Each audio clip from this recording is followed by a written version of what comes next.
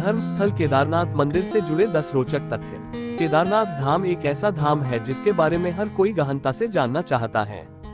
इसकी लोकप्रियता व प्रसिद्धि को देखकर हर किसी के मन में ये प्रश्न उठता है कि आखिर केदारनाथ मंदिर से जुड़ी कुछ अनकही बातें क्या हैं? आखिर केदारनाथ मंदिर की ऐसी कौन सी बातें हैं जो इसे इतना लोकप्रिय बनाती हैं? इसलिए आज हम केदारनाथ मंदिर से जुड़े एक दो नहीं बल्कि 10 ऐसे रोचक तथ्य आपके साथ साझा करेंगे जिन्हें जानकर आप आश्चर्यचकित रहे बिना नहीं रह पाएंगे। आइए जाने केदारनाथ मंदिर से जुड़े अनकहे पहलू। केदारनाथ मंदिर से जुड़ी 10 अनकही बातें। 1. केदारनाथ का सबसे बड़ा रोचक तथ्य व रहस्य यहाँ पर स्थित शिवलिंग है। ये शिवलिंग त्रिकोण के आकार का एक बड़ा पत्थर है जिसे भगवान शिव के बैल रूपी अवतार का पीठ वाला भाग माना जाता है। ये शिवलिंग मानव निर्मित न होकर प्राकृतिक है जो धरती में से प्रकट हुआ था। इस शिवलिंग के निर्माण के पीछे महाभारत के समयकाल की पांडवों व भगवान शिव से जुड़ी कथा प्रचलित है। इसमें महाबली भीम शिव के बैल रूपी अवतार के पीछे वाले भाग को पकड़ लेता है जिस कारण वह भाग वही रह जाता है। बैल के 4 भाग 4 अन्य स्थानों पर प्रकट होते हैं। इन्हीं 5 स्थानों को सम्मिलित रूप से पंच केदार के नाम से जाना जाता है। 2.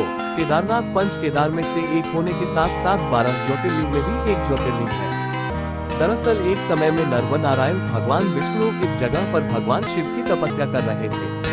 उनकी तपस्या से प्रसन्न होकर शिव ने उन दोनों को दर्शन दिए। इसके बाद शिव ने अपने एक रूप को हमेशा इस स्थल पर ज्योतिर्लिंग के रूप में निवास करने का आशीर्वाद दोनों को दिया।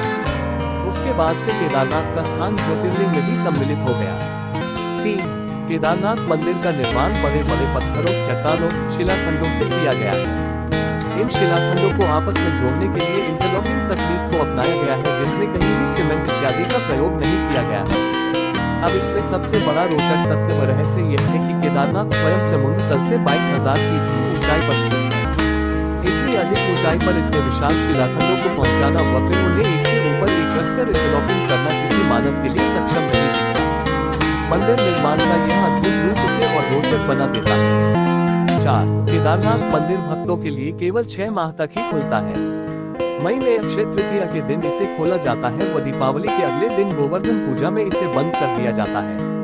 उसके बाद मंदिर के कपाट 6 माह तक बंद रहते हैं व भगवान शिव के प्रतीकात्मक स्वरूप को नीचे उखीमठ में स्थापित कर दिया जाता है। ऐसा इसलिए किया जाता है क्योंकि उस समय यहाँ भीषण बर्फबारी होती है।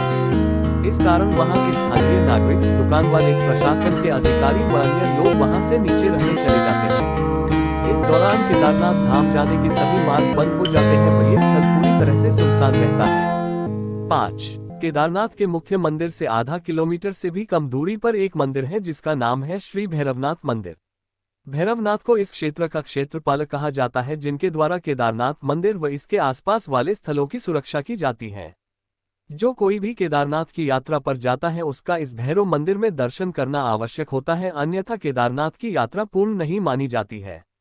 सर्दियों में बाबा भैरवनाथ के द्वारा ही केदारनाथ मंदिर की सुरक्षा व पूजा की जाती है। 6. इसका एक और सबसे बड़ा रोचक तथ्य जो है वो है यहाँ जलने वाली अखंड ज्योत या दीपक। दरअसल जब मंदिर के पुजारियों के द्वारा सर्दियों में मंदिर के कपाट बंद कर ताला लगा दिया जाता है तब मंदिर के अंदर एक जलता हुआ दीपक छोड़ दिया जाता है।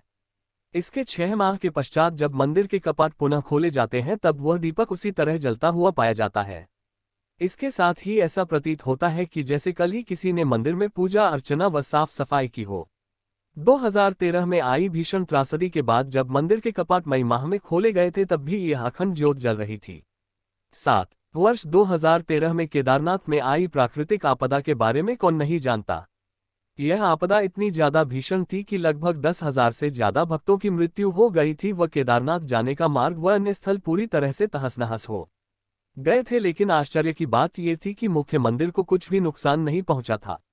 इसका कारण था बाढ़ के पानी में बहकर आई एक विशाल चट्टान जिसे आज हम भीमशिला के नाम से जानते हैं।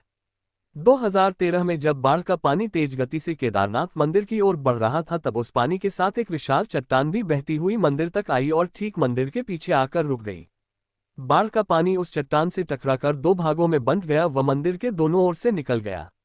इस कारण मंदिर को कुछ भी नुकसान नहीं हुआ था। यह एक चमत्कार ही था जिसे संपूर्ण विश्व ने देखा था। 8. केदारनाथ ने केवल 2013 की प्राकृतिक आपदा ही नहीं झेली थी बल्कि 400 वर्षों तक यह मंदिर बर्फ में ढका रहा था। जी हाँ, सही सुना आपने। वाडिया इंस्टीट्यूट हिमालय देहरादून के द्वारा एक शोध किया गया जिसमें बताया गया कि 13वीं शताब्दी से लेकर 17वीं शताब्दी तक इस जगह पर भीषण बर्फबारी हुई थी। उस बर्फबारी में न केवल केदारनाथ मंदिर बल्कि संपूर्ण क्षेत्र बर्फ में दब गया था। तब 400 वर्षों तक केदारनाथ मंदिर पूरी तरह से बर्फ में ढका रहा था। उसके बाद 17वीं शताब्दी में बर्फ हटने के बाद मंदिर पुनः देखने में आया और फिर से यहाँ की यात्रा शुरू कर दी गई। मंदिर की दीवारों पर बर्फ से ढके होने के निशान आज तक देखे जा सकते हैं। 9. केदारनाथ मंदिर से जुड़ा एक और रोचक तथ्य जिससे जुड़ा हुआ है वो है यहाँ के पुजारी। सदियों पहले जब भारत की भूमि पर आदि शंकराचार्य ने जन्म लिया था तब उनके द्वारा केदारनाथ मंदिर का पुनः निर्माण किया गया था। साथ ही उनकी समाधि भी केदारनाथ मंदिर के पीछे स्थित है।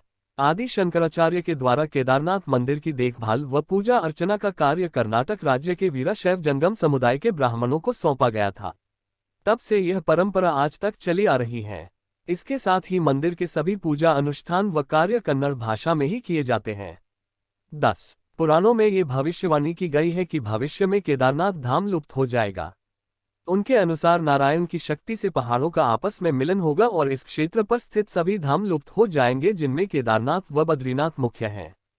पहाड़ों के आपस में मिलन से इन धामों के मार्ग लुप्त हो जाएंगे व ये एक रहस्य बनकर रह जाएंगे। पुराणों में ये भी कहा गया है कि इसके बाद एक नया धाम बनेगा जिसे भविष्य बद्री के नाम से जाना जाएगा।